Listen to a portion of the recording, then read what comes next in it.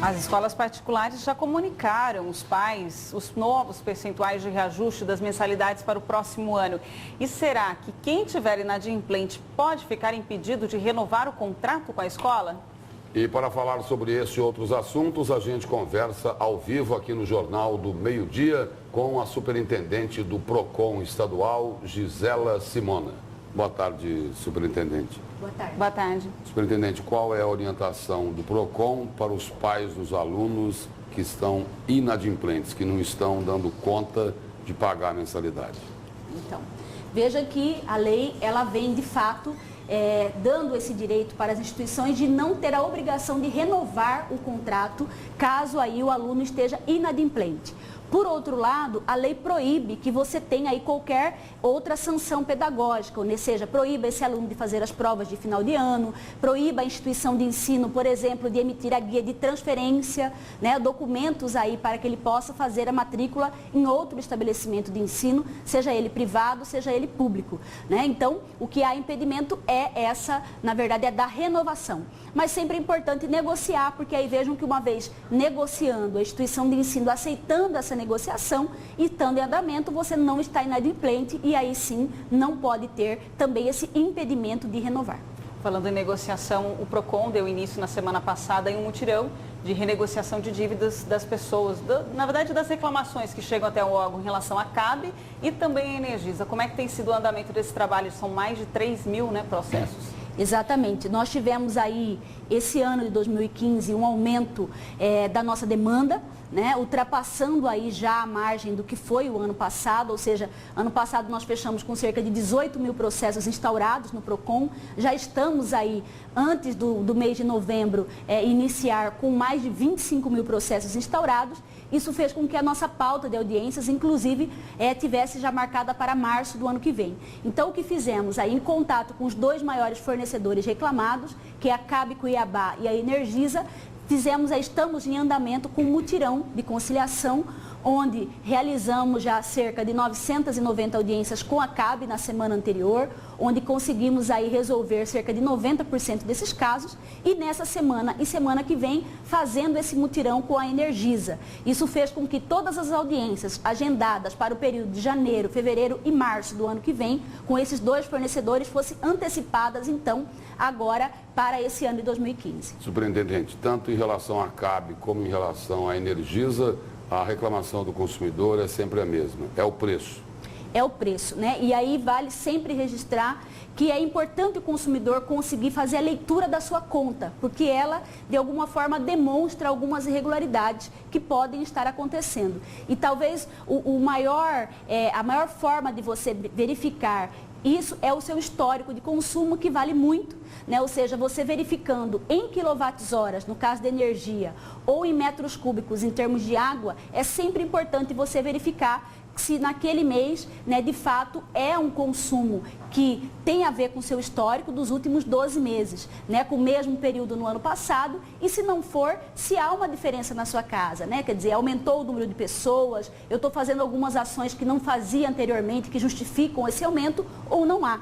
Né? E daí você conseguir ir eliminando eventuais situações que podem estar causando esse aumento aí atípico do consumo.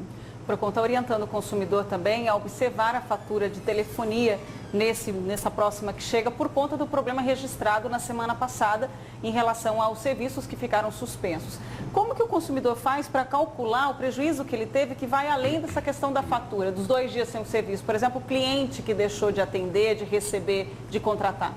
Veja, é sempre importante, né, nós sabermos aí, existe uma resolução da Anatel, que é o órgão fiscalizador aí da área de telecomunicações do Brasil, em que a cada 30 minutos que o consumidor fica com o serviço indisponível na área de telecomunicações, seja ela telefonia móvel, telefonia fixa, você tem a situação da internet, né, e até TV por assinatura, enfim, você tem o direito ao abatimento proporcional do período que você ficou com o serviço indisponível. Né? Tivemos aí a Embratel, que é a proprietária da torre, né, que teve queda no estado de Mato Grosso na semana anterior, já reconhecendo aí 2 dias de indisponibilidade, né? Então o consumidor poderá aí fazer o cálculo do plano que ele paga mensalmente e abatimento desses 2 dias que deverão, por carta aí enviada ao PROCON e após reunião feita com o segmento econômico, né, a Embratel, a NET e a Claro já, de forma voluntária, já afirmaram que na próxima conta virá esse ressarcimento de forma automática. Então, o consumidor que eventualmente receber a sua fatura e verificar que não há esse abatimento, né, podem aí estar, no primeiro momento, procurando a própria empresa, né, não sendo resolvido, podem procurar o PROCON pessoalmente, como nós temos o site também, que é o www.consumidor.gov.br, que é uma ferramenta em que o cidadão pode, 24 horas por dia, os 7 dias da semana, fazer essa reclamação que o PROCON está aí monitorando esse atendimento. Superintendente, no caso aí da telefonia, o usuário ficou sem o serviço durante aproximadamente 2 dias. Agora tem um outro problema, que é em relação à água, que em muitos bairros o fornecimento é irregular. Quando o consumidor deixa de receber o produto, nesse caso da CAB, o que é que ele pode fazer?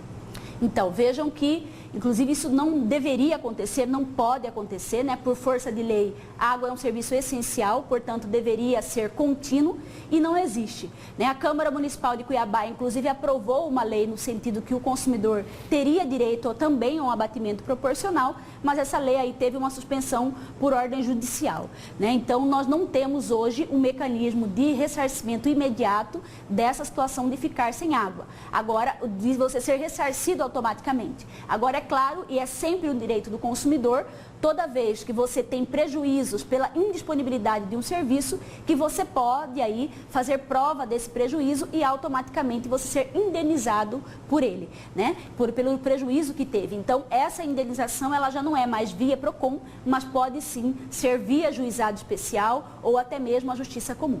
A senhora falou da legislação aqui da Câmara Municipal. A gente tem novidades em legislações federais. Uma delas trata do preço apresentado nos produtos, que agora as empresas vão ter que apresentar ali qual que é o valor do produto fracionado. Explica melhor para a gente. Exatamente. Nós tivemos aí uma lei federal que alterou a lei de precificação no país, em que ela vem dando a obrigação para todas as pessoas que vendem produtos fracionados, que de alguma forma elas informem não só o valor daquela fração que está sendo vendida, mas também o valor da unidade completa, né? Então, um exemplo claro disso, né? Se nós temos aí a figura de um condimento, né? Nós compramos lá uma pimenta do reino junto ao supermercado. Geralmente se vende em embalagem de 10 gramas, 20 gramas. Então, eu tenho que saber quanto eu estou pagando por essas 20 gramas, mas tenho que também saber quanto vale o quilo daquela pimenta do reino. É uma forma aí de facilitar a compreensão do consumidor se de fato aquela quantidade menor que ele está levando, se ele tem um benefício ou não, né? Então, isso é importante, isso vale para qualquer tipo de mercadoria, não é só alimentos, né? Mas na área aí de alimentos e outras que vendem produtos fracionados, vale a regra. Superintendente, só para a gente encerrar, nessa questão de legislação, tem mais um aspecto aí, que é o aspecto da meia entrada, que é 40% para os eventos. E aí, como que vai ser o controle disso?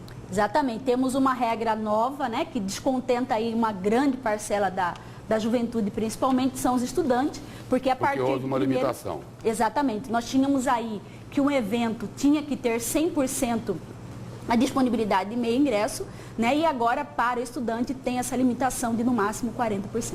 E como vai ser fiscalizado isso? A lei vem colocando algumas regras que são automáticas, né? E temos aí também o PROCON como um dos órgãos fiscalizadores dessa medida. Muito obrigado pela presença e pelas informações da senhora aqui no Jornal do Meio-Dia. Acho que agradecemos e fica aí o 151, que é o contato para dúvidas e também orientações. Muito obrigada, superintendente.